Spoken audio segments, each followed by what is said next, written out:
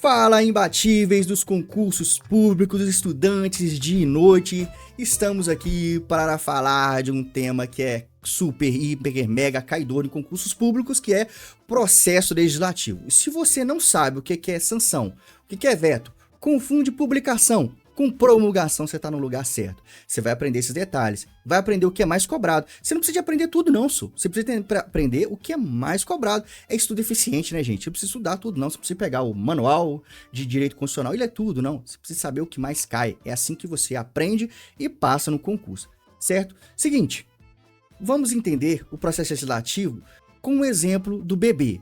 Imagine que o processo legislativo é como se uma família quisesse ter um bebê. E uma família envolve muita gente, tá? E só para você não esquecer, esse é o nosso... E como guia dos leigos, nós vamos iniciar aqui falando sobre o processo legislativo ordinário. Como é que ele é, pessoal? Tem 3 etapas principais. Quais são elas? A fase introdutória ou a fase iniciativa. É o início do processo. Ah, tá. Eu não falei para você o que é processo legislativo, não. O processo legislativo é o conjunto pré-ordenado de atos para criar espécies normativas primárias. Falei legal, né? Isso nada mais é do que as regras, como se cria as regras do jogo para a convivência em sociedade, beleza? Então vamos lá. Nós temos a fase constitutiva, que é análise, debate, votação e proposta. E depois nós temos a fase complementar, que é a promulgação e a publicação da norma. Dentro dessas fases tem regras e características específicas que são cobradas no concurso. Inclusive, foi cobrado no CFO de 2023. E em concursos policiais é o que mais cobra.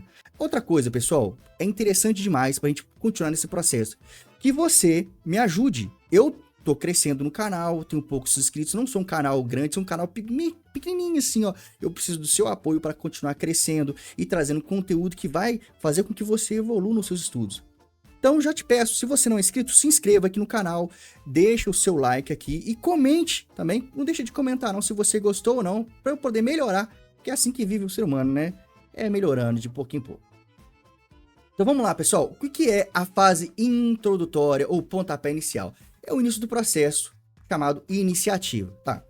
Eu falei que nós íamos entender o processo legislativo como se fosse um bebê. Na fase introdutória, a fase inicial, nós temos... Você casa e... Assim, o problema é a ideia, né? O processo é esse, casar e ter filhos, né? É o contrário, mas sem crítica.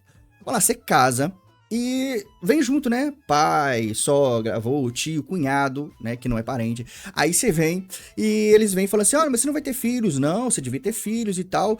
Aí você fala assim, não é de sua conta, não. Então sua esposa fala de sua conta e quem vai decidir é isso, eu e meu filho. É exatamente assim que funciona. No processo legislativo, nós temos quem pode ter a iniciativa. Tem aqui membros do Congresso, Presidente da República, Supremo Tribunal Federal, Tribunais Superiores, Procurador-Geral da República, cidadãos para a iniciativa popular. É assim. Primeiro nós temos os tipos de iniciativa. Assim como eu disse para você, com a iniciativa comum ou concorrente é aquela iniciativa que todo mundo quer que você tenha um filho. Todo mundo. Então todo mundo pode falar assim, tem filho, você vai ter filho, faz assim, assado. É complicado, né? Então a iniciativa concorrente é quando mais de um órgão ou mais de uma pessoa, ela pode propor a matéria de lei, tá bom? E na realidade, o processo ordinário, esse tipo de iniciativa comum concorrente, é o mais comum que a gente encontra, tá bom? Vamos pular aqui. Vamos lá. Quais são as características, então, do processo da iniciativa concorrente ou comum? É a pluralidade de legitimados, é a ausência de exclusividade e a aplicação como regra geral, tá? Tem exemplos, lei de educação, lei sobre ambiente, etc. Tem um monte de lei, que eu não vou ficar falando lei pra vocês aqui não, viu, gente? Tem o artigo lá da Constituição, tá? Eu não vou falar besteira não, acho que é do 59 ao 69, tá? É isso mesmo, né? 59 ao 69. Tive que consultar aqui os universitários. Vamos lá. E tem a iniciativa reservada. Como é que funciona a iniciativa reservada, pessoal? A iniciativa reservada, exclusiva ou privativa é aquela na qual só você ou sua esposa pode resolver, mas ninguém pode entrar no meio. Ou seja, tem iniciativa privativa do executivo, do legislativo, tem isso. Então a Constituição trouxe isso. até mesmo para cada um respeitar o seu espaço, ado a ado, cada um no seu quadrado. Então, cada um vai deliberar, vai criar, vai fazer a lei que a Constituição, o texto maior, permitiu ele fazer. Então, vamos lá. A iniciativa tem esse fato de ter essa situação aqui de iniciativa, pessoal, é importante porque você vai tirar daqui um ponto muito cobrado em provas, que é o vício de iniciativa, que é insanável. Mesmo que o presidente sancione, ele é insanável, o vício de iniciativa. Então, por exemplo, você tem a iniciativa do presidente da República e tem a iniciativa do Congresso Nacional. Vamos supor que a iniciativa seja do presidente da República, né? E o Congresso Nacional vai lá, um deputado vai e propõe uma lei que altere o efetivo das Forças Armadas, né? Poxa, essa lei ela tem um vício formal, vício subjetivo formal de iniciativa. Isso faz com que essa lei ela seja inconstitucional. Então não pode, é inconstitucionalidade subjetiva, não é? Inconstitucionalidade formal subjetiva, certo? Vamos lá, então. E outra coisa, tá? Os governadores, tá, pessoal? Os governadores no âmbito estadual, essa regra que é reservada aí ao presidente da República, ela deve ser, pelo princípio da simetria, deve ser obedecida. Vamos seguir. Iniciativa popular. O que é iniciativa popular? É o povo, né? O povo, seus vizinhos quer que você tenha filho. Quer que você tenha filho, quer decidir quando você tem filho. Seus amigos. E aí, nem sempre o povo sabe de tudo, né, gente? Mas vamos lá. Quais são as características, o que tem de mais importante na iniciativa popular? Nós vamos trabalhar aqui agora, tá? Essa iniciativa popular, ela permite que, tanto no âmbito federal, tanto no âmbito municipal, que os estadual também, tá? Que as pessoas, elas proponham leis, elas proponham leis, para que sejam tidas como obedecidas por todos. Porque em determinada situação, pode ser que na comunidade de Minas Gerais, no estado de Minas Gerais, tem uma comunidade que queira uma lei para isso. Então ela vai propor uma lei, ou então no município tal, precisa de uma lei. Então, a Constituição previu isso, e isso é plenamente eficaz, isso é bom para a convivência em sociedade. Então vamos lá. Senão acaba me atrapalhando aqui. Mas vamos lá. Então no âmbito federal, como é que funciona? É assim, olha. É 153. No âmbito federal, para você que vai fazer prova de concurso, a iniciativa popular é 153, ou seja, 1% do eleitorado nacional, distribuído no mínimo em 5 estados, e que pelo menos 0,3% desses estados sejam eleitores, ou 3/10, né? 3/10 sejam eleitores, entendeu? 153, 1% do eleitorado, 5 estados no mínimo, e que desses 1% aí, 3/10, né? 3/10, quase que não saiu. 3/10 sejam eleitores desse estado, tá bom? Beleza. E no âmbito municipal, é do mesmo jeito, só que diferente. Vamos lá, no âmbito municipal, exige 5% do eleitorado local para projetos de interesse específico. E um outro ponto legal aqui, que é um debate doutrinário, que foi até, deixa eu ver aqui quem que foi aqui, José Afonso da Silva. Qual que eu falei José de Santos Carvalho Filho, mas não foi nada. Foi José Afonso da Silva que trouxe a ideia de que ele até defendeu que as emendas constitucionais deveriam ser também trazidas pelo povo por meio da iniciativa popular, só que isso não colou, não deu certo e ninguém abraçou, beleza? Vamos lá. E a fase constitutiva? Como é que é essa fase constitutiva? Ela é debates e decisão. Só que é o seguinte, pessoal, essa fase de debate e decisão já saiu do âmbito de quem podia ter iniciativa. Vamos supor que você e sua esposa, ou vocês ouviram aquelas pessoas e decidiram ter filhos. Vamos ter filhos, sim, acho bom, vamos ter filho. E beleza, vamos fazer um debate aqui. Como é que vai ser esse filho? Vamos fazer um planejamento. Nós temos dinheiro, temos recurso, nós precisamos de uma nova casa. É assim que funciona a fase constitutiva. Vai ter debate. Então vamos lá, pessoal? Para a gente entender melhor, é aqui que é consagrado o princípio, né, que eu já falei para vocês, que é o bicameralismo federativo, tá bom? Vamos lá. Nessa fase aqui, pessoal, a lei, ela passa por debates. Nós vamos ver aqui agora, tá bom? Essa deliberação parlamentar, ela, vamos supor ela existe a casa iniciadora, E depois tem a casa revisora. O projeto tramita na casa iniciadora, vai para a casa revisora, e se a casa revisora falou show de bola, vai para frente, vai para a próxima fase, que a gente vai falar daqui a pouco. Beleza? Só que é o seguinte, vamos lá.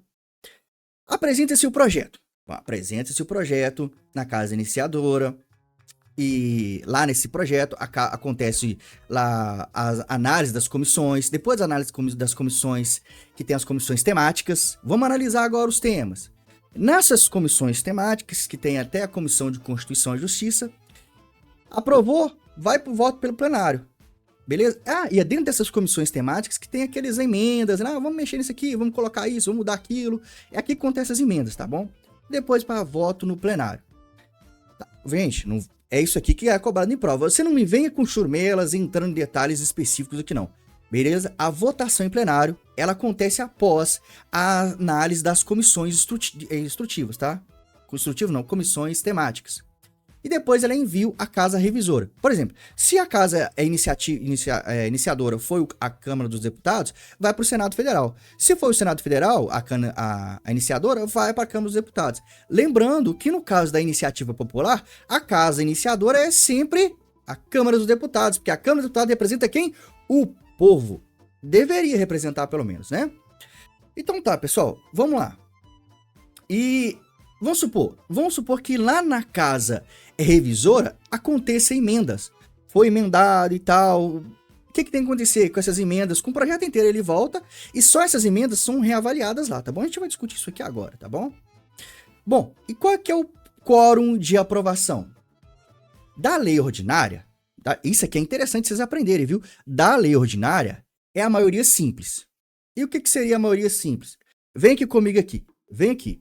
A maioria simples é o seguinte. Vamos supor que no Congresso Nacional, na Câmara dos Deputados, tenha só 10 deputados. A maioria simples consiste na maioria absoluta presente. Ou seja, tem que ter a maioria absoluta ali dos 10. Qual que é a maioria absoluta dos 10? 6. E se a maioria dos 6 votar 4, beleza. Isso aí é a maioria simples. Certinho? Entendeu aí? Vou repetir, não. Se quiser, você volta, viu, gente? Que não fica grande demais estranho. Vamos lá. E a lei complementar? A lei complementar já exige maioria absoluta. Certo? Essa maioria absoluta, na realidade, ela é a metade, né? É a metade. Metade mais um. Metade mais um. Então, 257 deputados e 41 senadores. É exatamente isso, tá bom? Independente do número de presentes na sessão. Tem que ter esse. Não tem nada de presente na sessão, não. Tem que ter esse voto dos 257 deputados ou dos 41 senadores, tá bom? Vamos lá. Então, o projeto é isso mesmo. Vamos passar para pronto aqui, ó. Antes de eu passar para a fase de deliberação, quero saber se você entendeu. Comenta aqui se você entendeu detalhadamente esse ponto e se você quer que eu volte aqui e esclareça melhor, porque esse ponto é muito importante sobre essa fase essa segunda fase, que é a nossa fase de constituição, deliberação, etc, etc, etc. Bom? Lembrando que, se não teve nenhum tipo de emenda na casa revisora, a casa revisora vai mandar para a deliberação executiva, que é a sanção ao veto presidencial. Simples, né, gente? Muito simples e muito fácil. Tá. E como é que chama... Eu falei pra vocês que é autógrafo, né? Você acha que autógrafo é o artista, né? O ídolo? O que é autógrafo? O autógrafo é quando aquele projeto de lei, ele é dado ok pelo Congresso Nacional, pela Casa Revisora, dá ok, e ele vai com autógrafo. O Congresso Nacional autografa aquilo ali, né? O presidente do Congresso Nacional autografa aquilo ali e manda para quem? Manda para a deliberação executiva, que vai fazer isso daí que eu vou mostrar para vocês agora. Eu tô acompanhando aqui, né, gente? Porque a cabeça, né? Acabei de trabalhar, né? É complicado. Vamos lá. A deliberação executiva é o seguinte. Se o presidente concordar, ele sanciona. Se ele não concordar, ele veta. É isso aí, tá bom? E a sanção não corrige vício de iniciativa, já disse isso. E o veto, ele pode discordar total ou parcialmente. Se ele discordar total, beleza. Agora, se ele discordar parcial, ele não pode cortar só uma palavra, não. Ele corta a linha, ele corta parágrafo, ele corta artigo, ele não corta palavras, beleza? Esse é o tipo de veto parcial também do presidente. Só que é o seguinte, Deixa eu até voltar aqui, né? Passei direto. Se o presidente vetou, total ou parcial, esse projeto de lei volta para o Congresso Nacional e o Congresso Nacional ele pode derrubar esse veto. Mas ele tem que derrubar esse veto numa sessão conjunta.